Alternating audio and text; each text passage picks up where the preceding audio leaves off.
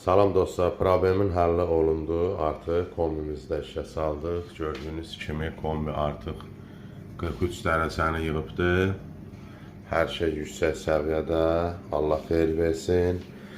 Burada problem nə idi? Bir daha vurğulayıram. 12 toçka radiator var evimizdə. 2 mərtəbədir evimiz. Və komimiz də 32 kW'dır. Ona baxmayaraq bizim sistem çox böyük olduğu üçün, yəni belə desək, belə payka borular çox istifadə olunur. Bəlkə də 300 metrdən çox. Radiatorlar çox uzaqda olduğu üçün hərəsi bir tərəfdə komimiz nə fasilə vermir, nə də bir çox radiatorlara istilik getmir. Beləliklə biz bu qurğular vasitəsilə problemi tam kökündən həll etdik. İndi bizim komimiz evi devr etmir sistemi. İndi ancaq ötürür dəncə qabına və dəncə qabından isə qayıdır kombiyə. Dəncə qabının içini isti edir və bizim dəncə qabına qoyulan nasosumuz, devrəyə nasosumuz 25-in 8-ə.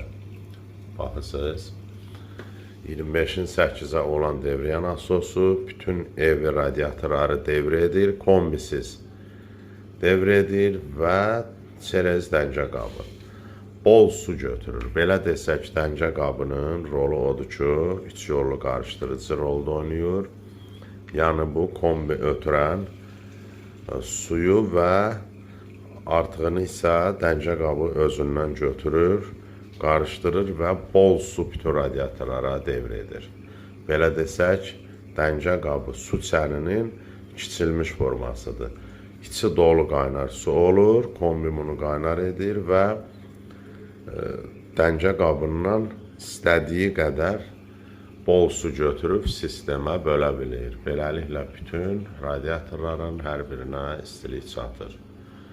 Bu qədər. Allah amanında qalın. Kimə ehtiyac olarsa, kimin sistemində belə bir problem olarsa, bizə müraciət edə bilər. Artıq komimiz 48 dərəcəni yığıbdır.